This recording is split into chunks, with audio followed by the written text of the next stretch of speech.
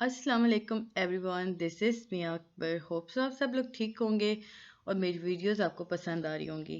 आज ही हम लोग कर रहे हैं लेसन नंबर 33 CS504 का। यह कि फाइनल टर्म रिलेटेड हैं जी। ये बहुत इंपॉर्टेंट वीडियोस हैं। इस सीरीज़ में जो मैं आपको बता के दे रही हूँ, इसमें हम लोग सारा सारा सब्जेक्टिव वाइज देख रहे हैं, यानी कि लॉन्ग और शॉर्ट क्वेश्चंस। हर वो क्वेश्चन जो आपके पेपर में काफ़ी बार आ चुका है, या यूँ कह ले कि पेपर के पॉइंट ऑफ व्यू से काफ़ी ज़्यादा इंपॉर्टेंट है, हम उसे डिस्कस करें। तो लेसन नंबर 32 तक हम कंप्लीट कर चुके थे। तो आज जी हम लेसन नंबर 33 करते हैं। चलिए जी अपनी वीडियो को स्टार्ट करते हैं। लेसन नंबर 33 में सबसे ज़्यादा जो इम्पोर्टेंट चीज़ थी वो थी परफॉर्मेंस। अब परफॉर्मेंस होती क्या है, याद रखिएगा, परफॉर्मेंस और मेंटेनेबिलिटी के दोनों साथ साथ चलते हैं। जब हम कोई चीज़ प्लान कर रहे होते हैं ना फॉर परफॉर्मेंस, तो हमें एक रूल हमेशा याद रखना चाहिए, दैट इज 80 डिवाइडेड बाय 20 या 80/20। अब इसका मतलब क्या हुआ? इसका मतलब ये हुआ कि जो 80% ऑफ योर टाइम है ना, आप लोग स्पेंड कर रहे हैं ना अपना टाइम 20% ऑफ द कोड के, यानी कि आप कोडिंग कर रहे हैं और आप उसमें जब 20% ऑफ द कोड आप बना रहे हैं ना, तो उस पर आपका टाइम जो सर्व होगा वो होगा 80%। तो हम इसे ऑप्टिमाइज तो नहीं कह सकते, बट हर चीज़ को इस तरह ले जा सकते हैं। कोडिंग करते हुए आपका काफ़ी टाइम लगता है और जो काम आप कर रहे होते हैं ना, बेसिकली वो परफॉर्मेंस होता है। अब जी एक और इम्पॉर्टेंट बात बताई गई थी कि जो कपल ऑफ फंक्शंस के लिए हम यूज़ करते हैं ना, दो अल्टरनेटिव फॉर परफॉर्मेंस। किसी भी फंक्शन को हम कर रहे होते हैं तो दो अल्टरनेटिव हम यूज़ करते हैं। पहला है जी यूज़ अ बेटर एल्गोरिदम, और second is rewrite the whole set. या तो आप बेटर एल्गोरिदम यूज़ करें, नहीं तो पूरे सेट को दोबारा लिखते हैं।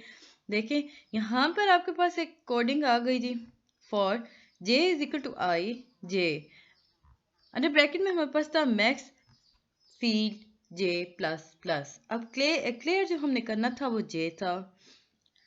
इस सारे लूप का मतलब क्या हुआ? इसका मतलब ये हुआ कि आपने इस पूरे लूप को क्लियर कर देना था before each new input is read. It was observe that it was taking almost 50% of the total time.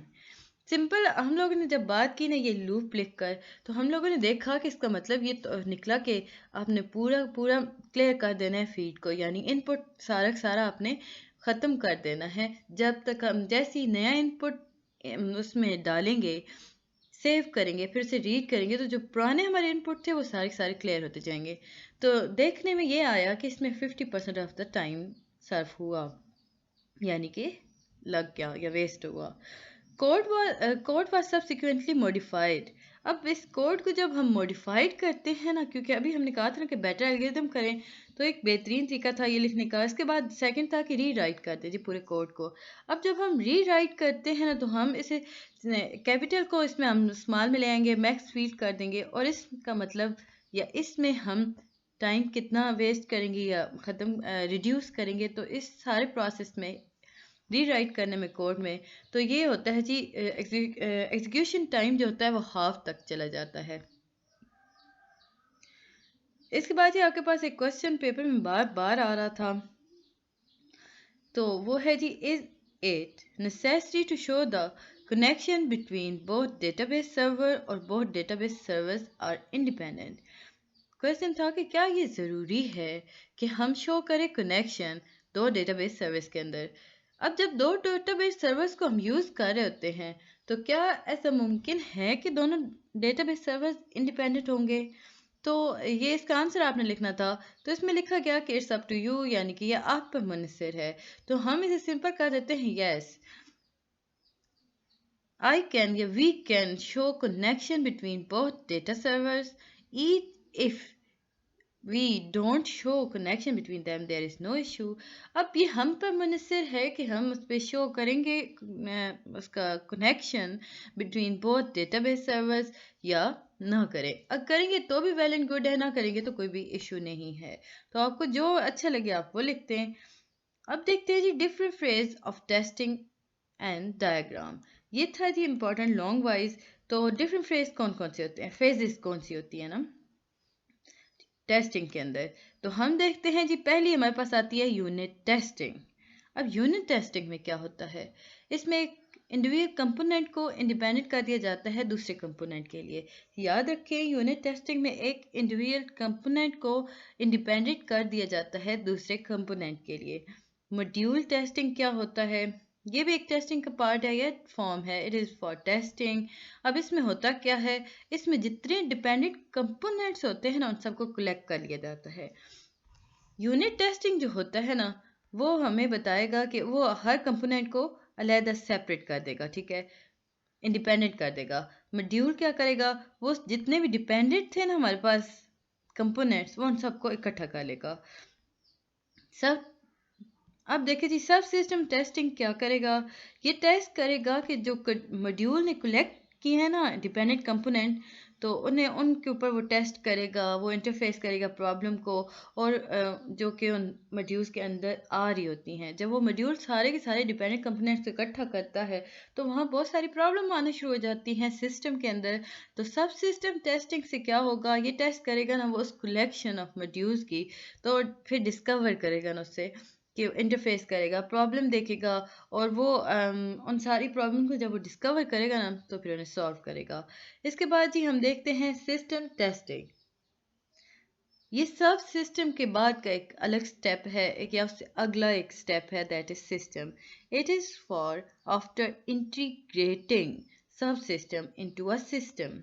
इसके बाद है जी एक्सेप्टेंस टेस्ट। अब ये वैलिडेटिव देखता है कि यूजर एक्सपेक्टेशंस क्या क्या हैं। अल्फा टेस्ट क्या है, ये कस्टमाइज प्रोजेक्ट होते हैं जी, ये टेस्ट किया जाता है ना फॉर कस्टमाइज प्रोजेक्ट्स। अब इसके एग्जांपल क्या है, देखें, इन हाउस टेस्टिंग होती है ना, वो किसी भी प्रोडक्ट की जब इन हाउस टेस्टिंग हो रही होती है तो वो अल्फा टेस्टिंग कहलाती है।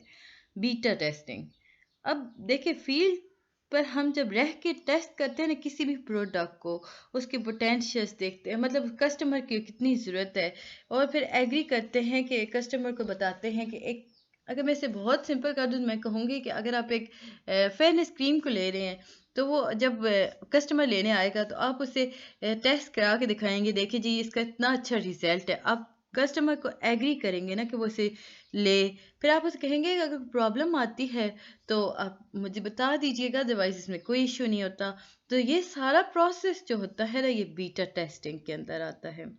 याद रखें, अगर हम कंप्यूटर के अकॉर्डिंग बात करेंगे, तो जो कोड हमने लिखा, उस कोड को जब हम रन कर रहे हैं ना, रन करने से पहले जब हम उसे कंपाइल करते हैं, कंपाइलिंग में जब देखते हैं तो एरर हमें मिल जाते हैं। अब उस जब से वो कंपाइल हो रहा है, एरर आ रहे हैं, तो हमें पता चल रहा है कि यहाँ पर एक चीज़ है जो प्रॉब्लम क्रिएट कर रही है, और वो आपको साथ साथ सजेशन भी दे रहा होता है ना कि आप ये चेंज कर दें। हर एरर के कोड के साथ वो लाइन नंबर बता रहा होता है, आपको बता रहा होता है कि कहाँ कहाँ एरर है, वो सारा बीटा टेस्टिंग के अंदर आता है। इसके बाद है जी lecture number 34। If we are careful during writing code, we can make it portable. आपसे क्वेश्चन था कि how we can make code portable. अब जब हम कोड लिखते हुए मोहतात रहते हैं, कोड एक ऐसी चीज़ है जिसे आप आंखें बंद करके नहीं लिख सकते, आपको मोहतात रहना पड़ता है। तो जब हम कोड लिखते हुए मोहतात रहते हैं ना, तो तभी हम कोड को पोर्टेबल बना सकते हैं। अगर हम कोड को बगैर पोर्टेबिलिटी लिखेंगे, मतलब अपने दिमाग में सेट कर रहे हैं, we may end up with code this is extremely hard to port to the other environment. एक ऐसा कोड जिसमें कोई रब्त ही नहीं है, जिसमें कोई एक सलीका नहीं है, तो वो कोड नामुमकिन हो जाता है अगले बंदे को समझने के लिए भी, और उस पर काम करना भी। तो जब भी कोड लिखेंगे तो उसे हम सोच समझ के लिखेंगे। अब हमारे पास ये गाइडलाइंस आ गई, हम पोर्टेबिलिटी को कैसे कर सकते हैं। तो यूज़ ANSI/ISO स्टैंडर्ड। C++ में हमारे पास ISO स्टैंडर्ड्स चलते हैं, और ANSI भी होता है। इसके बाद है जी, instead of using vendor specific language extension, आप कोई भी लैंग्वेज एक्सटेंशन यूज़ करने के बजाय सिंपल STL को यूज़ करें, और साइज ऑफ डेटा टाइप को मेजर कर लें, मतलब उसमें आप चेंज कर पॉसिबल साइज रखें जी डेटा टाइप का, उसमें पोर्टेबिलिटी को इशू को देखें, उन्हें डिफरेंट करें हर लाइन को, तो आप आराम से ये प्रोसेस अचीव कर सकते हैं। अगर हम बात करते हैं order of evolution varies from one implementation to the others, अब ये कैसे मुमकिन है?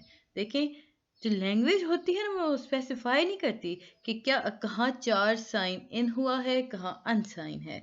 तो आपको खुद बताना पड़ता है, लिखना पड़ता है, कोड देना पड़ता है कि यहाँ पर आकर कंप्यूटर को ओके। देखिए, एक प्रोसेसर है, वो एक डम मशीन है, उसे कुछ भी नहीं पता। जब तक आप उसे इंस्ट्रक्शन नहीं देंगे ना, वो तब तक कोई काम नहीं करेगा।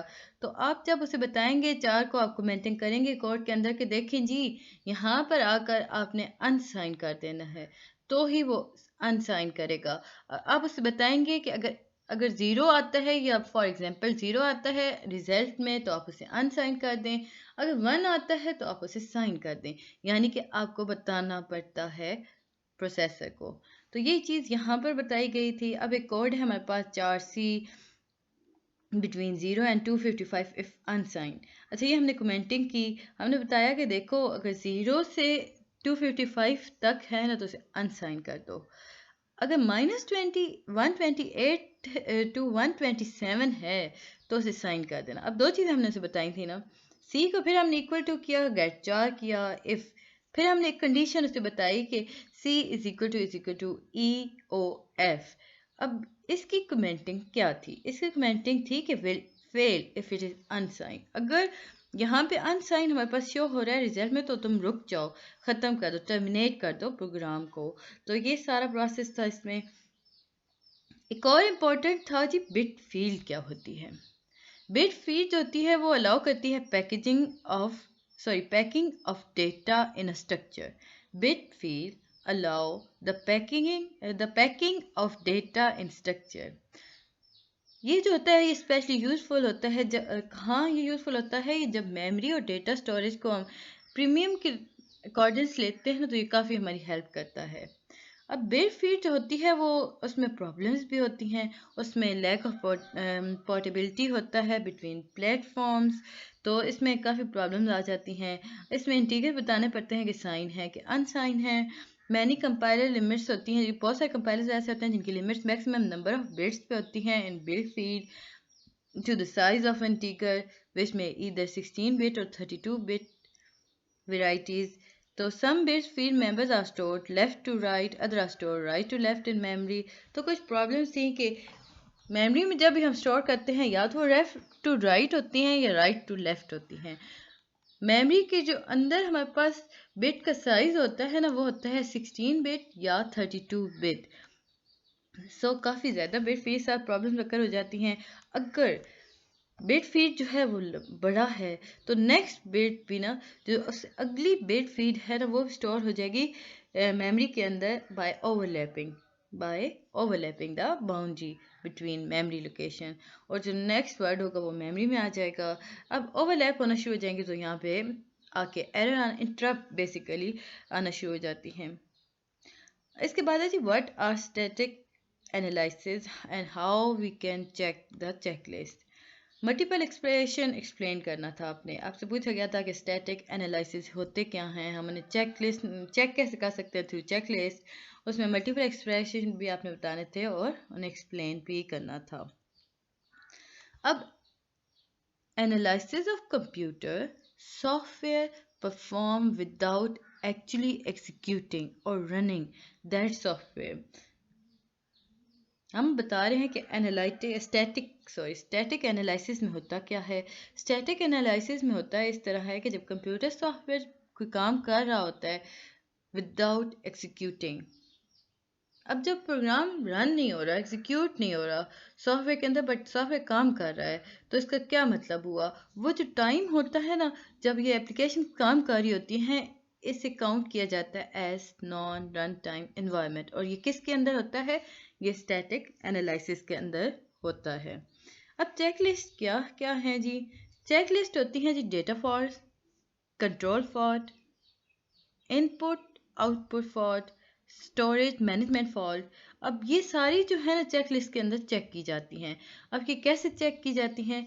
इन स्टैटिक एनालाइजर एप्लीकेशन। चेकलिस्ट हमारे पास थी जी, इतनी सारी चीज़ें थी। ये अब सारी जो चीज़ें होती हैं ये सारी सारी चेक की जाती है, क्योंकि आपने बताना था ना चेकलिस्ट के अंदर आपने चेक करना है। इससे तो वो स्टैटिक एनालाइजर एप्लीकेशन के थ्रू हो जाता है।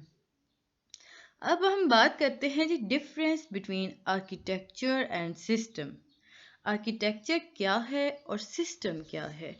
हम शुरू से बात कर रहे हैं मुख्तलिफ आर्किटेक्चर्स के बारे में, हम सिस्टम सब सिस्टम को डिस्कस करें तो वो हैं क्या चीज़।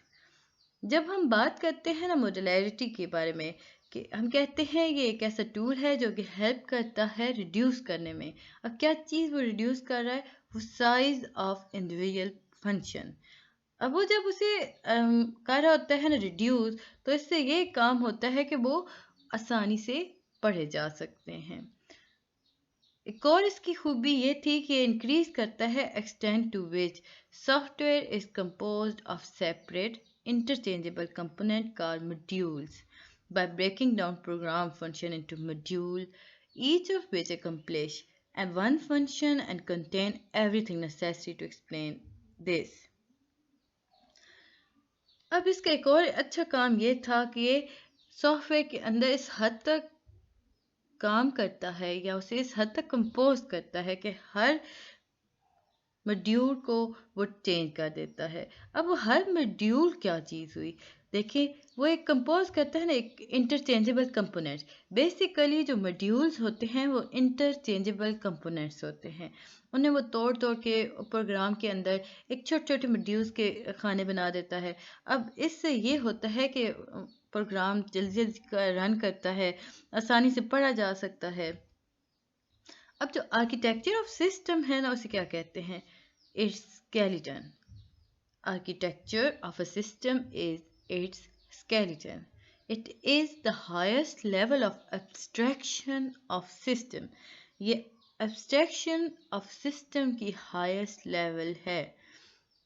इसमें वो देखता है कि कौन कौन सा डेटा मौजूद है सिस्टम के अंदर या स्टोर किया गया है, मॉड्यूल्स कैसे इंटरेक्ट करते हैं एक दूसरे के साथ, वो क्या कहाँ कहाँ मौजूद होते हैं सिस्टम में, वो कैसे एक दूसरे को सेव करते हैं सिस्टम के अंदर।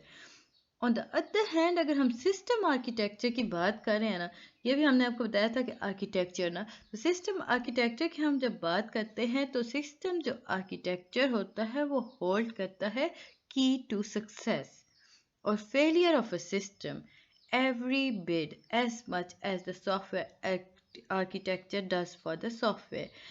अब जो सिस्टम आर्किटेक्चर होता है ना वो पूरे के पूरे प्रोग्राम को होल्ड करता है एज अ की। अब ये अगर ठीक काम कर रहा है तो आप हर चीज़ को परफेक्ट कर सकते हैं। ये हमें बताएगा कि सिस्टम आर्किटेक्चर हमें बताएगा कि आपको सक्सेस हुई है या आप फेल हो गए हैं। ये हर बिट को कमांड करता है, हर बिट जो होती है वो इसकी ताबेदार होती है, इसके अकॉर्डिंग काम करती है और ये सॉफ्टवेयर के अंदर मौजूद होता है और काफ़ी यूँ समझ लें कि बॉस के अकॉर्डिंग काम करता है। अब लेसन नंबर 35 है, यानी कि लेक्चर 35 में क्या क्या इंपॉर्टेंट है जी वो देखते हैं। यहाँ हमें बताया गया था कि exception handling is a powerful technique that separate error handling code from normal code. अब जो क्वेश्चन ये था कि वो कौन सी टेक्निक है जो एरर हैंडलिंग कोड को नॉर्मल कोड से सेपरेट करती है। ये होती है जी एक्सेप्शन हैंडलिंग। उसके बाद हमें कहा यह गया कि one of the most powerful feature of exception handling is that an error can be thrown over function boundaries. एक बेहतरीन इसका फीचर क्या है, जो भी एरर आता है उसे उठा के बाहर फेंक देता है। फंक्शन ऑफ बाउंड्री मतलब प्रोग्राम की फंक्शन की बाउंड्री से उठा के उसे बाहर फेंक देता है। इसकी वजह से जो होता है ना, ये एक्सेप्शन हैंडलिंग जो होता है ये प्रोग्रामर्स को अलाउ करता है कि वो एरर हैंडलिंग कोड को एक ही जगह सेव कर दें। अब वो जब वो प्रोग्राम को रन करेंगे तो उन्हें कोई इशू नहीं आएगा, यानी कि वो मेन फंक्शन में सेव होते हैं वो सारे के सारे एरर। अब ये जी उसकी कमांडिंग है यानी कोडिंग है। आप एक्सेप्शन हैंडलिंग की कोडिंग कैसे लिखेंगे, general exception handling mechanism try bracket 2 lines आप छोड़ेंगे, इसके बाद लिखेंगे थ्रो एक्सेप्शन और प्रोग्राम एंड कर देंगे। बट यहाँ तक जब आप लिख चुके होंगे उसके बाद आप कैश लिखेंगे। आप लोगों ने जब थ्रो कर दिया था ना, अब उसे सेव भी करना है ना हम लोगों ने। अब जब हम उसे सेव करेंगे ना क्योंकि हमने कहा ये था कि ये जो प्रोग्रामर हैंडलिंग है, सॉरी एक्सेप्शनल हैंडलिंग है, ये अलाउ करती है प्रोग्रामर को वो जो एरर आ रहे थे उन्हें एक जगह सेव करने के लिए। अब मेन फंक्शन यहाँ तक, आप अगर ये ब्रैकेट यहाँ ख़त्म कर देते हैं तो ये ख़त्म है, इसका मतलब ये है कि वो उठा के बाहर फेंक देगा, उससे कोई फ़र्क नहीं पड़ता। बट जैसे ही आप उसे दोबारा लिखेंगे, उसके साथ कमेंटिंग करेंगे कैच एक्सेप्शन, और फिर आप सिंपल कर देंगे ब्रैकेट ओपन एंड क्लोज, तो इससे वो सेव कर देगा। A number of invisible execution paths can exist in a simple code in a language that allow exception. अब जो complexity होती है ना किसी भी प्रोग्राम की, वो increase होती है कैसे? Significantly if there are exceptional path in it. अगर उसके अंदर exceptional path हैं तो वो जो complexity होती है ना प्रोग्राम की, वो बढ़ जाती है। अगर आप प्रोवाइड करें ना स्ट्रॉन्ग एक्सेप्शन सेफ्टी गारंटी, तो इसका मतलब ये हुआ कि आप ट्रेड ऑफ करें परफॉर्मेंस को। अगर किसी फंक्शन के पास है जी मल्टीपल अनरिलेटेड साइड इफेक्ट्स, तो वो कभी भी आपको ये नहीं कहेगी कि आप यहाँ चल के सर्च करें। तो ये सारा प्रोसेस होता है। इसके बाद है जी हमारे पास LLM journal naming convention for C++। Naming conventions आपकी काफ़ी इंपॉर्टेंट होती हैं। कोड स्ट्रक्चर आपने बताना होता है। कोड स्ट्रक्चर अगर हम बात करते हैं तो हम कहेंगे कि एक ऐसा प्रोग्राम, या यूँ कह लें कि a program is usually not limited to linear sequence of instruction. During it process it may bifurcate, repeat code and take decision. For the purpose, C++ provide control structure. That's अच्छा, code structure क्या होता है? वो सारा process जिसके अंदर आप code लिखते हैं, आप बताते हैं कि क्या चीज़ इसमें लूप थी, इसमें लूप एज क्या यूज़ हो रहा था, सारा का सारा बेसिक कोड स्ट्रक्चर सीक्वेंस। अब बेसिक कोड स्ट्रक्चर सीक्वेंस होता क्या है? इफ़ स्टेटमेंट कहाँ आपने यूज़ करनी है, वाइल लूप आपने कहाँ यूज़ करना है, किस स्टेटमेंट कौन सी है, और यूँ ये सारे जो होते हैं ना बेसिक, ये जो 4 बेसिक स्ट्रक्चर्स होते हैं कोड के, ये एक्सप्रेस करते हैं किसी भी कोड की डेटा टाइप को। इसके बाद है जी while loop should be avoided. ये आपके पास एक क्वेश्चन था, ये इक्विवेलेंस पार्शनिंग गाइडलाइन आपने बतानी थी, और इसमें आपने सिम्टम्स बताने थे, एग्जांपल्स देनी थी, memory overrun, bug loss.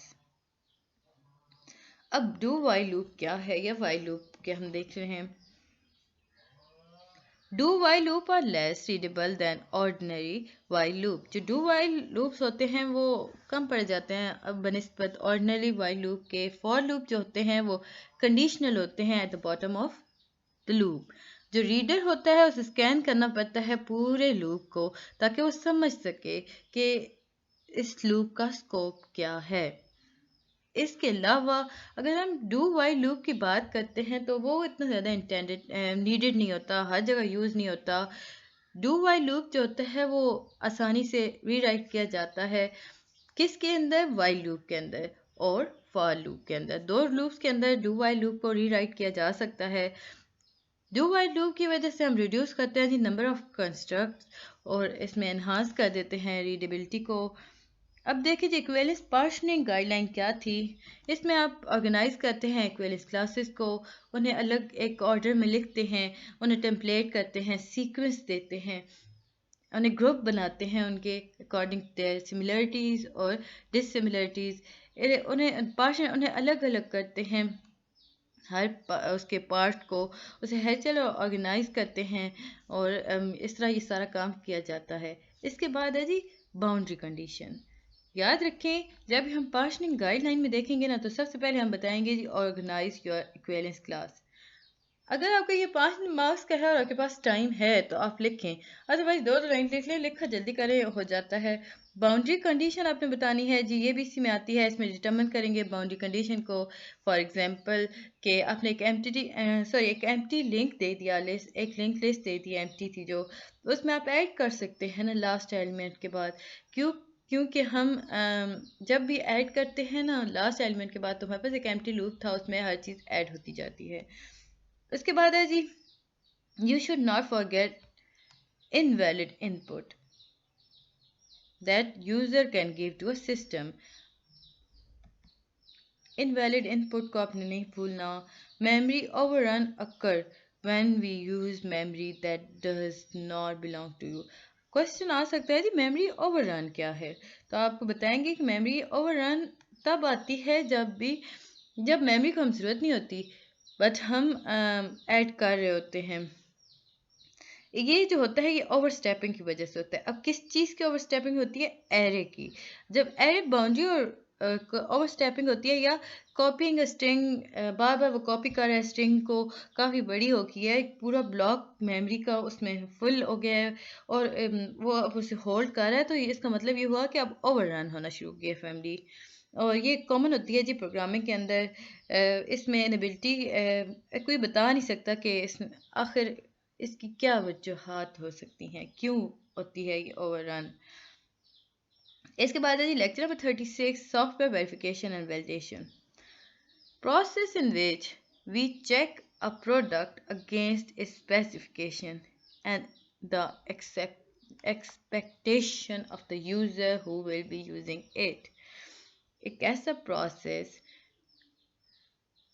Verification validation के बारे में बात कर रहे हैं ना, ये एक ऐसा प्रोसेस है जिसमें प्रोडक्ट को चेक किया जाता है उसकी खसूसियात के साथ, और जो उसकी सारी प्रोसेस को देखा जाता है कि उसमें क्या खसूसियात हैं, क्या उसके साइड इफ़ेक्ट्स हैं, वो सारी चीज़ें ये वेरिफिकेशन और वैलिडेशन में आता है।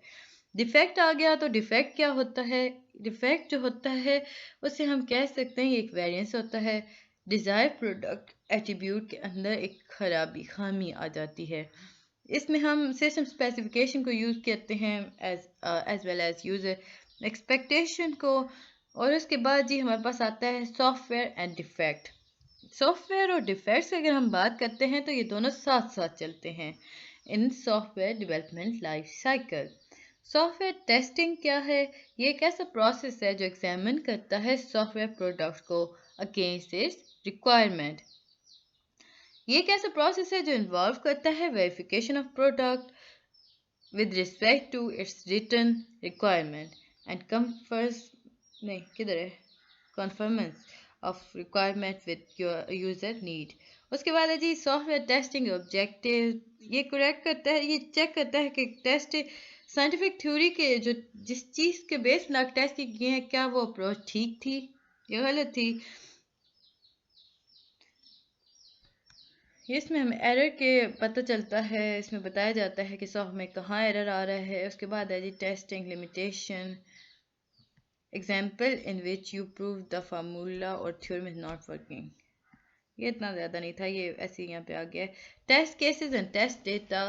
Test cases involve input output specification. इसमें स्टेटमेंट ऑफ फंक्शंस चेक की जाती हैं, स्टेप्स देखे जाते हैं क्या हैं फंक्शंस के, और एक्सपेक्टेड रिजल्ट देखे जाते हैं। इसके बाद है जी unit testing, software testing where term compute can be used in method. अच्छा, यूनिट टेस्टिंग क्या है? यूनिट टेस्टिंग का मतलब होता है टेस्ट करना किसी भी सिंगल मॉड्यूल को। याद रखिए यूनिट टेस्टिंग क्या है, वो आप टेस्ट करते हैं किसी भी सिंगल मॉड्यूल को। ये जो नॉर्मली ये टेस्ट करता है जी जो डेवलपर खुद बनाते हैं ना जो चीज़, उसे वो टेस्ट करता है। इसके बाद आपके पास क्वेश्चन था कि नॉन फंक्शन रिक्वायरमेंट और ये सारा कुछ, तो हम कह सकते हैं कि there may be different non function requirement. कौन कौन सी नॉन फंक्शन रिक्वायरमेंट हैं? Availability, visibility, security. क्वेश्चन आपके पास आता है please explain the pattern and where and how we get we use it in software with example regard। ये जी हमारे पास आता है इन सॉफ्टवेयर डेवलपमेंट एक सर्टेन प्रॉब्लम आते हैं, यानी कि पैटर्न्स आ जाते हैं जो कि रिपीट किए जाते हैं। जैसे सिस्टम ओवररन हो रहा होता है ना, बार बार चीज़ कॉपी हो रही होती है, इसमें भी ऐसे होता है कि कुछ पैटर्न्स ऐसे होते हैं जो बार बार रिपीट हो रहे होते हैं। एक ही generic solution to this problems are car design pattern. अब ये जो पैटर्न्स बार बार रिपीट हो रहे होते हैं ना, इनके जो सॉल्यूशंस होते हैं उन्हें हम डिज़ाइन पैटर्न कहते हैं। फॉर एग्जांपल जितने भी डायनेमिक वेबसाइट्स हैं, तो जो सेम स्टाइल, हर एक के पास एक ही स्टाइल होता है। इनके पास सेंट्रल सर्वर होता है जिसमें सारा डेटा सेव किया जाता है, क्लाइंट असेस करते हैं जी उस डेटा को थ्रू ब्राउज़र। अब जो सारी वेबसाइट हैं वो एक ही जैसे रूल्स पर काम करती हैं, तो हम ये कह सकते हैं कि ये जो स्टाइल है क्लाइंट सर्वर, ये है जी डिज़ाइन पैटर्न। ये कॉमन सॉल्यूशन बताता है जी occurring combing problem.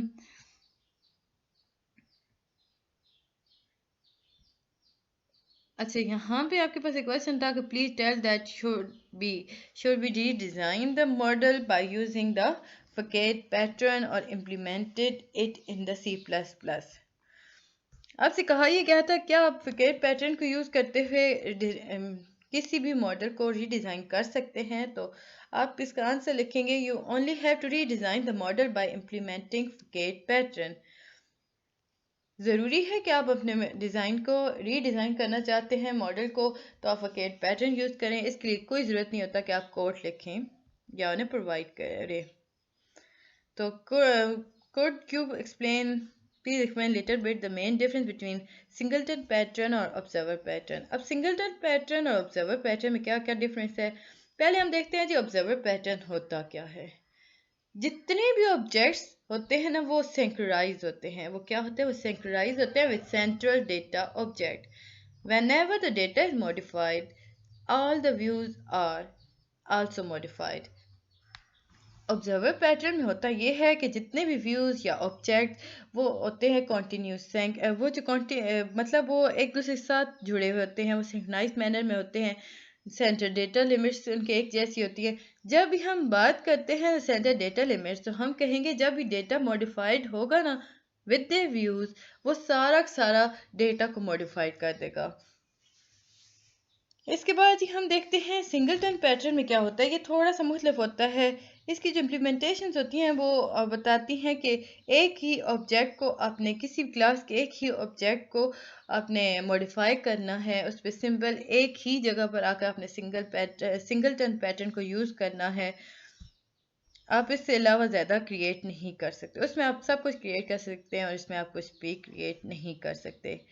Lesson number है जी हमारे पास 37 टेस्टिंग वर्सेस डेवलपमेंट। इसमें आ गया जी important testing versus development. Functional specification document is a starting point base document for both testing and the development. इसमें कुछ बताया ये गया था कि फंक्शनल जो स्पेसिफिकेशन होती है किसी भी डॉक्यूमेंट की वो स्टार्टिंग पॉइंट से स्टार्ट की जाती हैं, उसके बेस डॉक्यूमेंट को टेस्ट किया जाता है और डेवलप किया जाता है। अब राइट साइड जो बॉक्सेस की होती है वो डिस्क्राइब करती है डेवलपमेंट और लेफ्ट साइड जो होती है वो एक्सप्लेन करती है टेस्टिंग प्रोसेस। डेवलपमेंट में अगर हम बात करते हैं तो इसकी जो टीम होती है डेवलपमेंटल टीम, वो क्या क्या काम करती है, वो एनालाइज करती है, डिज़ाइन करती है और कोड करती है एक्टिविटीज़ को। ऑन द अदर हैंड जब हम बात करते हैं टेस्टिंग टीम की तो वो जो होती है वो बहुत ज़्यादा बिजी होती है एनालिसिस ऑफ रिक्वायरमेंट और टेस्टिंग प्लानिंग के अंदर, test cases, test data generation. तो ये था जी लेसन नंबर 37। तो मिलते हैं जी इसके बाद एक नेक्स्ट वीडियो में जिसमें हम लेसन नंबर 38 को देखेंगे। होप सो आपको ये सारी वीडियो समझ आई होगी। काइंडली मेरे चैनल को लाइक और सब्सक्राइब जरूर कर दीजिएगा। अल्लाह हाफिज़।